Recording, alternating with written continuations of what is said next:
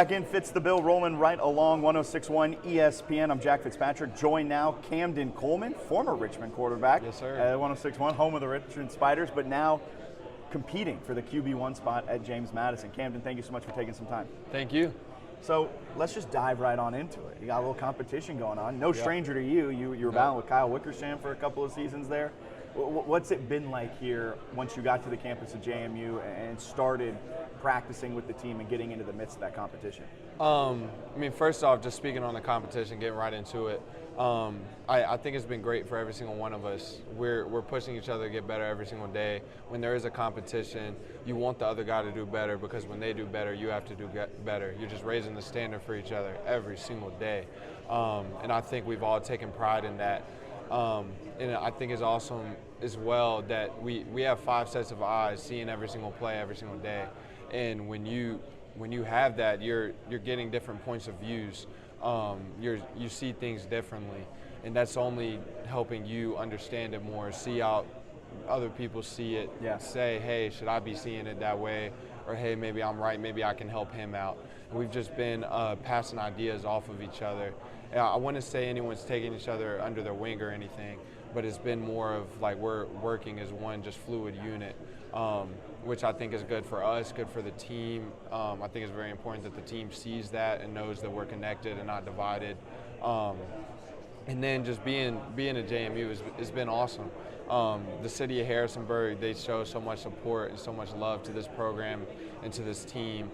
Like one day I was at Mr. J's Deli and I didn't even have a JMU football shirt on and someone recognized me by my face. And it's just like, dang, like they care, like they support. And it's been awesome to get to experience. School here has been great. Once again, like the staff, the students, like they show support to the team. When you're in class, they treat you as just another guy, which has been awesome. And then the team itself, the coaches, the players, I think we've done an amazing job of, first off, the transfers just taking on the culture, like wanting to be a part of it, and the returners taking us in, not kind of being wishy-washy about it. Like they want us to take on the culture, like they're proud of what they have going and want us to be a part of it. And it's noticed, it's seen, and very much appreciated by every single one of us. And I'd say at the point now that we don't even see it as transfers or returners. We're just JMU football, and we take pride in wearing it. And yeah, it's been amazing. There's no complaints at all. So here's the real question. You brought up bagels, Mr. J's. Did you ever go to Nate's Bagels in Richmond? I did. Nate's is my spot. All right.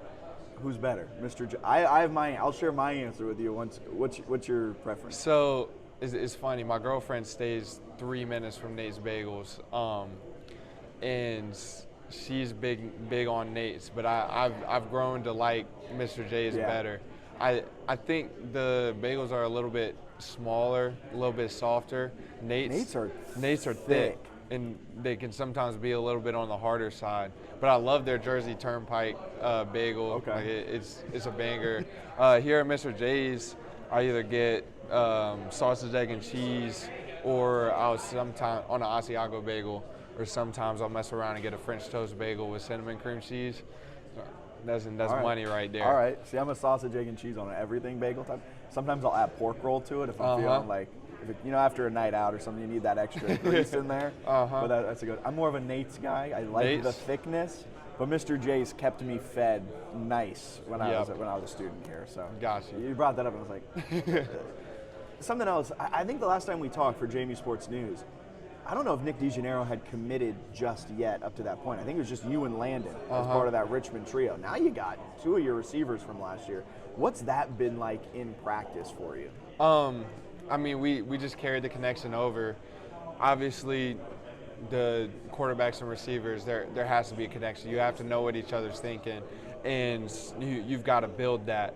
But having that built already with 2 guys just makes it that part of the job done. It's taken care of. We know what each other's thinking. That's the case. Now I can focus more on other guys, as well as when we are together, just go out there and ball.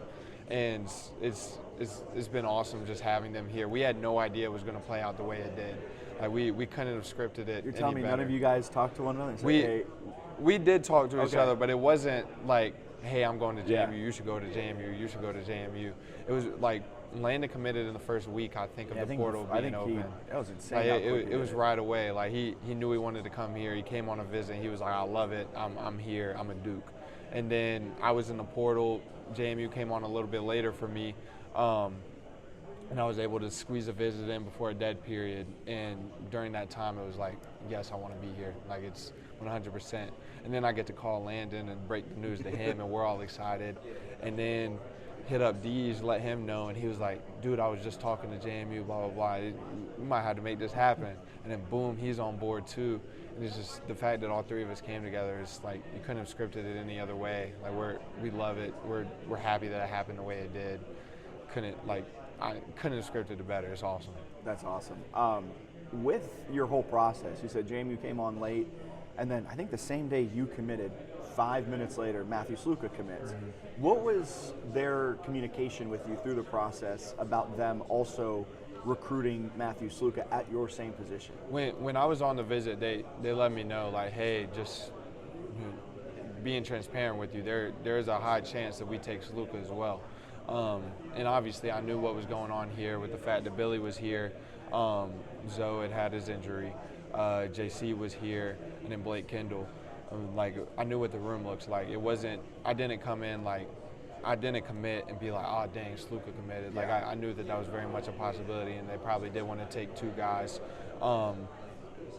And I mean, obviously I've never been scared of a competition. Like I said, I think it makes every single one of us better. And so for it to work out the way it did, I had no ill intent. Like I wasn't mad about it at all. I was aware. Freshman year, you compete with Wickersham. Sophomore year, you compete with Wickersham. Now this year, you're in another competition. What have you learned from your first 2 years at Richmond, going through off seasons where you may not be taking all the QB1 reps? You may not be the assumed week one starter, or whoever it might be. What did you learn from that experience that you've brought into this one? I mean, I've learned it's hard. Like it's you want to be the guy. Like that's 100% how it is. It's like there's days where it's the most hardest thing in the world, and you're tearing up, and you hate that it's the way it is. But then there's days where you wear it with pride. Like the fact that you're in this competition is a privilege. Like it shows all the work that you've done. It shows all the work that they've done, and like I said, it's only making you better. The best things in life come on the other side of hard, and just you got to put your everything into it. You can't let that affect how you approach every single day. You still have to be a leader. Like even when you're not taking the ones reps or anything, like you can still be a leader to the other guys. You can make sure that the sideline's engaged, that they're getting hype if a good pass is thrown, that they're lifting guys up when a bad pass is thrown, that if we get a touchdown, we're all storming the field. We're lifting each other up. We're trying to help the defense get better. We're trying to help each other get better. We're trying to just make this team the best team possible. And like I said, it is hard. Like I'd be lying if I said it wasn't. But just through the past 2 years, I've learned that everything happens for a reason. The way things play out, it's meant to be. Just do everything you can to be the best version of yourself every single day, and not let that affect how you approach every single day. And I mean, shoot, the past 2 years, I haven't started the season as a starter once. Like it's just the way it worked out. And so you stay the course. However things work out, they do. I'm in a situation where if I get to play, awesome. Like I want to. Like I'm not content with not being the guy. Like I'm going to keep pushing every single day. But if I don't end up playing this season, I get to redshirt. I'm not losing eligibility. So it just, when put things into that perspective, you don't become selfish. You don't push too hard. You just go out there being the best version of yourself every day, and the things will work out the way it will. And like I said, I'm not content at all. Like I like to see myself as one of the fiercest competitors on this planet. Like, I don't want that to be the case, but I'm not going to beat myself up over it or make myself a worse person in the fact that it might not work out the way it will. I'm just doing everything I can. I think you've been asked so many questions probably up to this point about the competition, about your past competition. We'll throw that to the side. Great answer on the competition aspect of it. I'm ready to run through a brick wall, and I think you dropped the hardest bar I've heard, where the good things in life happen after hard. That's other side of hard. Yeah, that's a bar. I do want to know, throwing to the wide receivers, handing the ball off to a running back room with George Bedaway, Iodei, Joby Mallory, who's a tank. I mean, some people have been openly campaigning. Don't forget Wayne Knight. I know Wayne Knight. I try not to.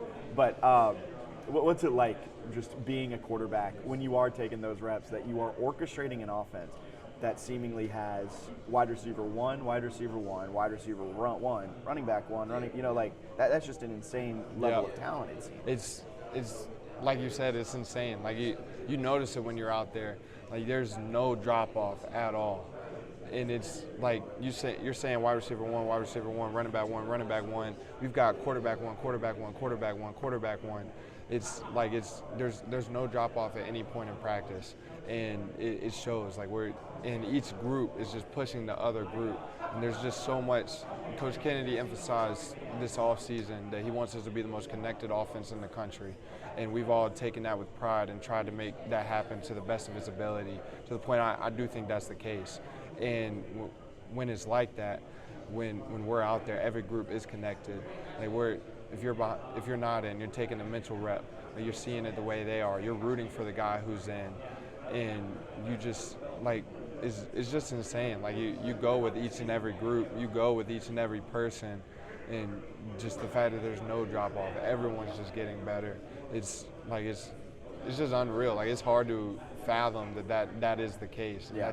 That's a testament to Coach Chesney and his staff and the guys that he has on this team, to each and every single one of us putting in the work every single day, getting to the point that we are 5 deep at dang near every position. Like, it's awesome. Cam, thank you so much for the time. Enjoy your Mr. J's, and good luck through the rest of camp, and good luck in the season. I appreciate that.